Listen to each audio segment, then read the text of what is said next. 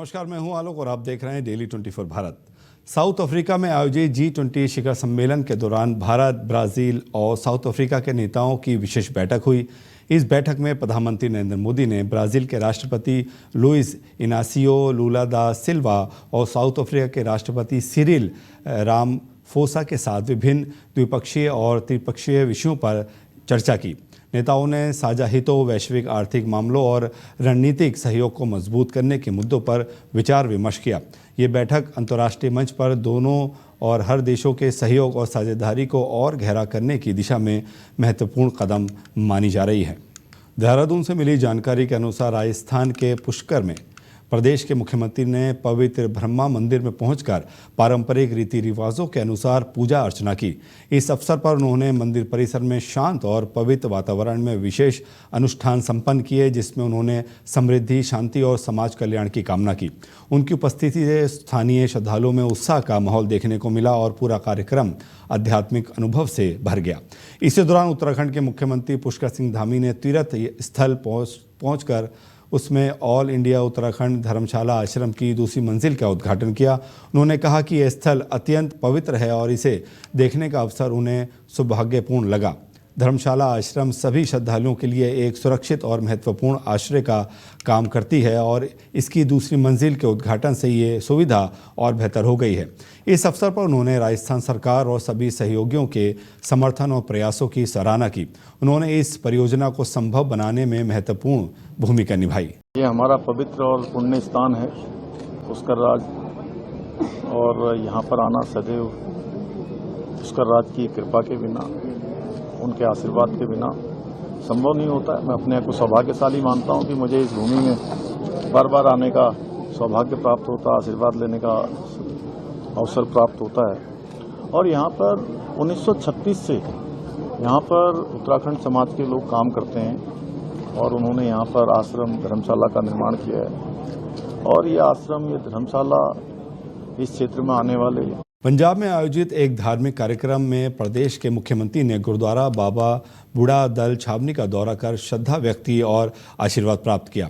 इस अवसर पर पार्टी के वरिष्ठ पदाधिकारी भी उनके साथ उपस्थित थे। गुरुद्वारे में अखंड पाठ साहिब का आयोजन चल रहा है और श्रद्धालु लगातार अपनी आस्था दिखाने के लिए पहुंच रहे हैं। राज्य स्तर पर 25 नवंबर तक कई आधिकारिक कार्यक्रम आयोजित किए जा रहे हैं, जो महान संत योद्धा की 350वीं शहादत वर्षगांठ को सम्मानित करने के लिए समर्पित है। इस कार्यक्रम में आपके राष्ट्रीय संयोजक अरविंद केजरीवाल भी शामिल हुए। उन्होंने कहा कि इंसानियत के इतिहास में कई बार लोग अपने धर्म की रक्षा के लिए बलिदान देते हैं, लेकिन दूसरों के धर्म की रक्षा के लिए बलिदान करना दुर्लभ होता है। गुरु तेग बहादुर का मानना था कि हर व्यक्ति को अपने धर्म का पालन करने और मानने का अधिकार है। इस अवसर पर विभिन्न धर्मों के गुरु भी मौजूद थे और उन्होंने अपने अपने विचार साझा किए। मैं अपने आप को बहुत सौभाग्यशाली समझता हूं कि इतने पवित्र मौके पे जब आज से 350 साल पहले इतनी बड़ी कुर्बानी देना, जैसे इंसानियत में ऐसे तो बहुत मौके मिले जब किसी ने अपने धर्म की रक्षा के लिए कुर्बानी दी, लेकिन दूसरे के धर्म की रक्षा के लिए कुर्बानी देने शायद पूरी इंसानियत में विरले मौके मिलते हैं। तो उनका मैसेज एक ही था कि हर इंसान को अपना धर्म मानने का अधिकार है। और आज जिस तरह से सर्वधर्म सम्मेलन हुआ, सभी धर्मों के सभी गुरु आए और सबने अपने अपने विचार रखे, और इस मौके पे मुझे शामिल होने का मौका मिला। मैं अपने आप को बहुत सौभाग्यशाली। हरियाणा के मुख्यमंत्री नायब सिंह सैनी जब अंबाला की ओर जा रहे थे तो उन्होंने सामान्य यात्रियों की तरह रोडवेज बस में सफ़र किया। यात्रा के दौरान वे अपने आसपास बैठे लोगों से सहज रूप से बातचीत करते हुए दिखे। बस में मौजूद यात्रियों ने भी उनसे अपने विचार साझा किए, जिससे पूरे मार्ग में एक सहज और संवादपूर्ण माहौल बना रहा। नागपुर में महाराष्ट्र के मुख्यमंत्री देवेंद्र फडणवीस ने जमीयत उलेमा हिंद के अध्यक्ष अरशद मादनी के हालिया बयान पर प्रतिक्रिया व्यक्त करते हुए कहा कि भारत में अब्दुल कलाम जैसे राष्ट्रपतियों का होना गर्व की बात है। उन्होंने मुस्लिम समुदाय के वास्तविक आदर्श के रूप में बताया और कहा कि उनके जीवन और कार्य ने सभी के लिए प्रेरणा का स्रोत बनाया।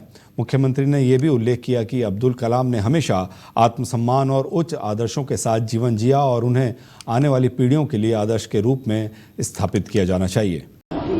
इस भारत में एपीजे अब्दुल कलाम जैसे जो हमारे राष्ट्रपति जी हुए, ये मुसलमानों के असली आइकॉन है कि जिनको देखकर हमारा भी सिर आदर से झुकता है और वो सिर उठाकर ही हमेशा चलते रहे। उनको आइकॉन बनाइए ना, दूसरों को आइकॉन क्यों बनाते हो? गुजरात के मुख्यमंत्री भूपेंद्र पटेल ने कच्छ क्षेत्र के विकास को एक महत्वपूर्ण अवसर प्रदान किया है। खत मुहूर्त समारोह में भुज में कुल 503 करोड़ रुपए की विकास परियोजनाओं का उद्घाटन किया गया, जो मुख्य रूप से सड़क, आवास और शिक्षा समेत 7 प्रमुख विभागों से संबंधित है। मुख्यमंत्री ने कहा कि इन परियोजनाओं के पूरा होने से कच्छ क्षेत्र में जीवन की गुणवत्ता में सुधार होगा और स्थानीय समुदाय के लिए समग्र विकास की दिशा में नए अवसर सृजित होंगे। यह कदम क्षेत्र के व्यापक आर्थिक और सामाजिक विकास में अहम भूमिका निभाएगा। हैदराबाद में तेलंगाना भाजपा ने सरदार वल्लभ भाई पटेल की 150वीं जयंती के अवसर पर एक विशेष एकता मार्च रैली का आयोजन किया। इस रैली में केंद्रीय मंत्री जी किशन रेड्डी ने भी उपस्थित हुए और उन्होंने रैली के दौरान कार्यक्रम का हिस्सा बनकर एकता और अखंडता के संदेश को मजबूती प्रदान की। रैली में बड़ी संख्या में पार्टी कार्यकर्ता और स्थानीय लोग शामिल हुए, जिन्होंने सरदार पटेल के योगदान और उनके सिद्धांतों को याद करते हुए शांति और एकजुटता का प्रतीक बनकर मार्च किया। हिमाचल प्रदेश के कांगड़ा जिले में एक वीर सैनिक का पार्थिव शरीर उनके पैतृक गांव पटियालकर पहुंचते ही पूरे क्षेत्र में शोक की लहर दौड़ गई। हाल ही में दुबई में हुए LCA तेजस विमान हादसे में उनकी मृत्यु हो गई थी, जिसके बाद गांव और आसपास के क्षेत्र में लोग उनके साहस और देशभक्ति को याद करते हुए गहरे दुख में डूब गए। सैन्य सम्मान के साथ उन्हें अंतिम विदाई दी गई, जिससे स्थानीय लोग और परिवारजन शामिल हुए। इस अवसर पर उनकी पत्नी विंग कमांडर अफशा ने भावपूर्ण श्रद्धांजलि अर्पित की। घटना ने पूरे राज्य में सैनिकों की निस्वार्थ सेवा और बहादुरी को याद करने का अवसर प्रस्तुत किया, जबकि समुदाय ने भी उनकी वीरता को सम्मानित किया। और आपको बता दें, जो तेजस क्रैश हुआ था उसके अंदर जो पायलट थे वो भी शहीद हो गए थे। उनके पार्थिव शरीर को गांव में लाया गया, जिसमें तमाम गांव के लोग भावुक हो गए और उनको श्रद्धांजलि अर्पित करी। सैन्य सम्मान के साथ अंतिम विदाई और श्रद्धांजलि अर्पित दी गई। वीर सैनिक का पार्थिव शरीर कांगड़ा के उनके पैतृक गांव पहुंच गया और जहां पर विदेश से विमान में हुए हादसे में उनकी मौत हो गई थी। आपको बता दें, तेजस विमान जो है वो क्रैश हो गया था, जिसमें जो पायलट थे वो भी शहीद हो गए थे और उनके पार्थिव शरीर को उनके पैतृक गाँव लाया गया है, जहाँ पर तमाम गाँव के लोग उनको भावभीनी श्रद्धांजलि अर्पित कर रहे हैं और उनकी जो उन्होंने ये जो शहीद हुए हैं उसको याद कर रहे हैं। जम्मू और कश्मीर में उपराज्यपाल मनोज सिन्हा ने जम्मू में उच्च स्तरीय सुरक्षा समीक्षा बैठक की और इस बैठक में पुलिस महानिदेशक नलिन प्रभात, उप पुलिस महानिदेशक, वरिष्ठ पुलिस अधिकारी तथा डिप्टी कमिश्नर शामिल हुए। बैठक का उद्देश्य क्षेत्र की सुरक्षा स्थिति का विस्तृत आकलन करना और आवश्यक कदमों पर चर्चा करना था, ताकि सार्वजनिक सुरक्षा सुनिश्चित की जा सके और प्रशासनिक तैयारियों को और प्रभावी बनाया जा सके। तमिलनाडु के कांचीपुरम में टीवी के अध्यक्ष और अभिनेता विजय ने जिले के 3 तालुकों में पार्टी के कुछ प्रमुख कार्यकर्ताओं और समर्थकों से मुलाकात की। इस अवसर पर उन्होंने उनके साथ विचार विमर्श किया, सुझाव सुने और संगठनात्मक गतिविधियों और भविष्य की योजनाओं पर चर्चा की। ये बैठक स्थानीय स्तर पर पार्टी के कार्यकर्ताओं और समर्थकों के साथ संवाद को मजबूत करने का अवसर भी साबित हुई। बेंगलुरु में एक BPO कंपनी के 4 प्रबंधक स्तर के कर्मचारियों का अपहरण करने का मामला सामने आया है, जिसे पुलिस ने सुलझा लिया। कथित तौर पर 8 लोगों का एक गिरोह कर्मचारियों को पुलिसकर्मी होने का दावा करके उनके पास ले गया और उन्हें कोलार जिले के मलूर में बंधक बनकर रखा गया। आरोपियों ने कंपनी के संचालक प्रबंधन से लगभग 9 लाख रुपए की जबरन वसूली भी की और उनसे अधिक पैसे की मांग कर रहे थे। घटना शुक्रवार की मध्यरात्रि के आसपास हुई, जब कथित अपराधियों ने कोरांग मंगला थाना क्षेत्र के BPO में काम कर रहे 4 प्रबंधकों को पूछताछ के बहाने अपने साथ ले लिया। स्थानीय पुलिस उपायुक्त ने बताया कि शिकायत उन्हें शनिवार सुबह 4:30 बजे मिली और इसके बाद सभी आरोपियों को गिरफ्तार कर लिया गया है। गिरफ्तार किए गए लोगों में से एक व्यक्ति को कोलार का पुलिस कांस्टेबल बताया जा रहा है। आरोपियों ने स्वयं को साइबर अपराध जांच में शामिल पुलिसकर्मी होने का दावा किया। इस मामले की जांच अभी जारी है और सभी बंधक कर्मचारियों को सुरक्षित मुक्त करा लिया गया है।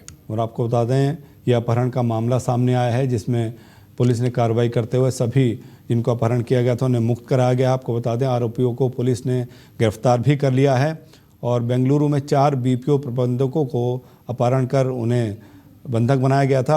आरोपियों ने पुलिसकर्मी होने का दावा किया था, झूठे पुलिसकर्मी बने थे, जिसके तहत उन्होंने 9 लाख रुपए की जबरन वसूली की मांग की थी। सभी बंधक कर्मचारियों को सुरक्षित वहां से मुक्त करा लिया गया है। आरोपियों को पुलिस ने गिरफ्तार भी कर लिया गया है और आगे की जांच जारी है। और बेंगलुरु में 4 बीपीओ प्रबंधकों का अपहरण और उन्हें बंधक बनाया गया था, लेकिन पुलिस ने सभी जो बंधक थे उनको वहां से छुड़ा लिया है। कोलंबो में आयोजित women's blind T20 world cup 2025 में भारत ने शानदार प्रदर्शन करते हुए नेपाल को 7 विकेट से हराकर टूर्नामेंट की ट्रॉफी अपने नाम कर ली है। इस जीत के साथ भारतीय महिला ब्लाइंड क्रिकेट टीम ने अपनी ताकत और उत्कृष्ट खेल कौशल का प्रदर्शन किया और विश्व स्तर पर अपनी प्रतिभा को साबित किया।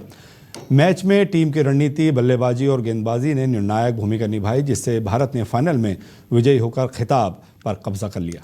हरिद्वार में योग गुरु बाबा रामदेव ने स्वामी दयानंद सरस्वती की 200वीं जयंती और आर्य समाज की 150वीं वर्षगांठ के अवसर पर आयोजित आर्य राष्ट्रीय निर्माण यात्रा में भाग लिया। उन्होंने कहा कि महर्षि दयानंद की 200वीं जयंती और आर्य समाज के 150 वर्ष पूरे होने का ये पर्व बहुत महत्वपूर्ण है। देश आज कई तरह की समस्याओं और फसादों से जूझ रहा है। इन्हीं समस्याओं से बचाने के लिए महर्षि ने हमें वेदों के मार्ग का ज्ञान दिया। हम सभी एक ही ईश्वर की संतान हैं। इस देश को एक विकसित राष्ट्र बनाने के उद्देश्य से ये भव्य यात्रा आयोजित की गई। बाबा रामदेव ने कहा कि हमें विश्वास है कि भारत फिर से सनातन धर्म के मार्ग पर अग्रसर होगा। महर्षि दयानंद की 200वीं जयंती पर और आर्य समाज की 150 वर्ष पूर्ण होने पर महर्षि दयानंद जो हमें वेदों की राह दिखाई, ये शिक्षा की गुलामी, ये चिकित्सा की गुलामी, आर्थिक, वैचारिक, सांस्कृतिक गुलामी, गिलानी, कुंठाओं में, दुराचार, व्यभिचार, अनाचार में, आतंकवाद में, तमाम तरह के फसाद में देश फंसा हुआ है। इसको बचाने के लिए जो महर्षि दयानंद ने हमें वेदों का मार्ग दिखाया, सत्य सनातन पथ जो हमें दिखाया, बिना किसी भेदभाव, छुआछूत, ऊंच नीच, पक्षपात के हम सब एक ईश्वर की संतान है, हम एक पूर्वजों की संतान है। इस संकल्प के साथ आज ये महर्षि दयानंद की 200वीं जयंती पर कार्यक्रम आयोजित हुआ और इस देश को एक राष्ट्र श्रेष्ठ राष्ट्र बनाने के लिए, एक स्वस्थ, समृद्ध, संगठित, विकसित भारत बनाने के लिए एक बहुत बड़ी शोभा यात्रा रखी है। और हम आश्वस्त हैं ये भारत देश पुनः सनातन के रास्ते पर चलेगा, वेदों के रास्ते पर चलेगा और ऋषि ऋषिकाओं का चरित्र हम सबके भीतर से, आचरण से दिखेगा। महर्षि दयानंद की 200वीं जयंती पर और आर्य समाज की 150 वर्ष पूर्ण होने पर महर्षि दयानंद जो हमें वेदों की राह दिखाई, ये शिक्षा की गुलामी, ये चिकित्सा की गुलामी, आर्थिक, वैचारिक, सांस्कृतिक गुलामी, गिलानी, कुंठाओं में, दुराचार, व्यभिचार, अनाचार में, आतंकवाद में, तमाम तरह के फसाद में देश फंसा हुआ है। इसको बचाने के लिए जो महर्षि दयानंद ने हमें वेदों का मार्ग। इस वक्त बड़ी खबर सामने आ रही है। बड़ी खबर यूपी से सामने आ रही है, जहाँ आपको बता दें आगरा जिले में कई थाना प्रभारी बदले गए हैं। और एक बड़ी खबर आपको आगरा से बता रहे हैं, जहाँ पर सीपी दीपक कुमार ने इस तबादले को अंजाम दिया है और पुलिस कमिश्नर ने 11 थाना प्रभारी, बड़ी खबर आगरा से आपको बता रहे हैं। रकाबगंज, MM गेट, मनसुखपुरा थानाध्यक्ष साइबर सेल भेजा गया है। निशामत त्यागी को रकाबगंज थाना प्रभारी का चार्ज दिया गया है। गए हैं कई थाना प्रभारी और CP दीपक कुमार ने किए हैं ये तबादले। बड़ी खबर आपको आगरा से बता रहे हैं। पुलिस कमिश्नर ने 11 थाना प्रभारी बदले और रकाबगंज, MM गेट, मनसुखपुरा थानाध्यक्ष साइबर सेल भेजे गए हैं। निशामत त्यागी को रकाबगंज थाना प्रभारी का चार्ज दिया गया है। और बड़ा बदलाव आगरा से बड़ी खबर, जहाँ जिले में बदले गए हैं थाना प्रभारी। बड़ी ब्रेकिंग आ रही है, CP दीपक कुमार ने ये तबादले किए हैं और पुलिस कमिश्नर ने 11 थाना प्रभारी बदले हैं। बड़ी खबर आपको आगरा से बता रहे हैं। रकाबगंज, MM गेट, मनसुखपुरा थानाध्यक्ष साइबर सेल भेजे गए हैं और निशामत त्यागी को रकाबगंज थाना प्रभारी का चार्ज दिया गया है। तो एक बड़ी खबर आगरा से आ रही है, जहाँ कई थाना प्रभारी बदले गए हैं और आपको बता दें जो CP दीपक कुमार ने, उन्होंने ये तबादले किए हैं। पुलिस कमिश्नर ने 11 थाना प्रभारी बदले हैं। ये बड़े जो बदलाव किए गए हैं। रकाबगंज, MM गेट, मनसुखपुरा थानाध्यक्ष साइबर सेल भेजे गए हैं और निशामत त्यागी को रकाबगंज थाना प्रभारी का चार्ज दिया गया है।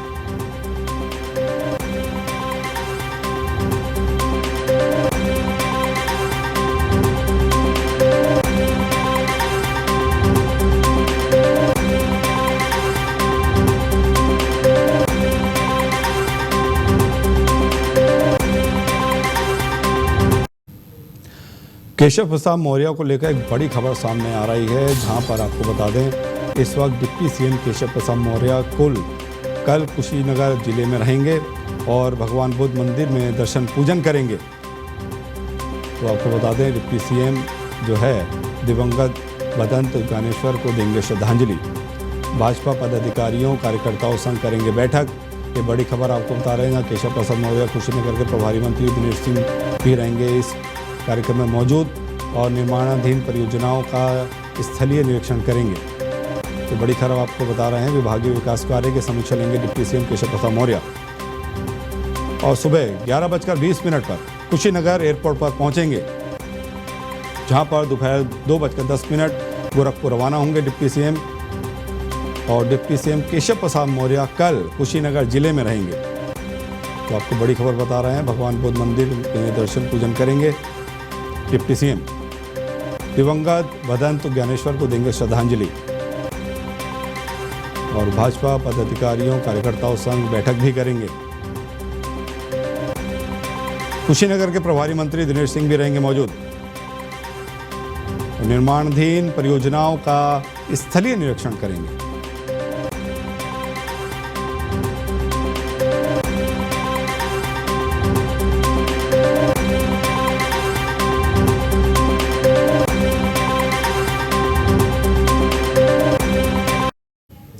एक और बड़ी खबर सामने आ रही है। इस वक्त बड़ी खबर मध्य प्रदेश से सामने आ रही है, जहां मध्य प्रदेश में विदिशा सिविल अस्पताल का उद्घाटन किया गया है। और आपको मध्य प्रदेश से बड़ी खबर बता रहे हैं। मुख्यमंत्री मोहन यादव ने इसका उद्घाटन किया है। तो अब बड़ी खबर आपको बता रहे हैं, केंद्रीय मंत्री शिवराज सिंह चौहान भी मौजूद हैं और कई विकास कार्यों का किया भूमि पूजन और लोकार्पण। बड़ी खबर मध्य प्रदेश से आपको आ रहे हैं। विदिशा सिविल अस्पताल का किया उद्घाटन। मुख्यमंत्री मोहन यादव ने इसका उद्घाटन किया है और केंद्रीय मंत्री शिवराज सिंह चौहान भी मौजूद रहे। तो बड़ी खबर आपको मध्य प्रदेश से बता रहे हैं। कई विकास कार्यों का भूमि पूजन और लोकार्पण किया गया है। सिविल अस्पताल का उद्घाटन किया है सीएम मोहन यादव ने। मुख्यमंत्री यादव ने इसका उद्घाटन किया है। बड़ी खबर आपको एमपी से बता रहे हैं, जहां केंद्रीय मंत्री शिवराज सिंह चौहान भी इस कार्यक्रम में मौजूद रहे और कई विकास कार्यों का भूमि पूजन और लोकार्पण भी किया गया है।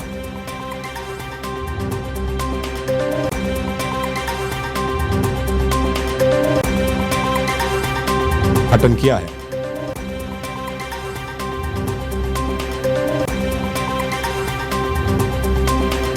तो आपको बता दें कई विकास कार्यों का भूमि पूजन लोकार्पण किया गया और आपको बता दें 150 बेड वाले सिविल अस्पताल का उद्घाटन किया गया है। मुख्यमंत्री मोहन यादव ने इस 150 बेड वाले सिविल अस्पताल का उद्घाटन किया है।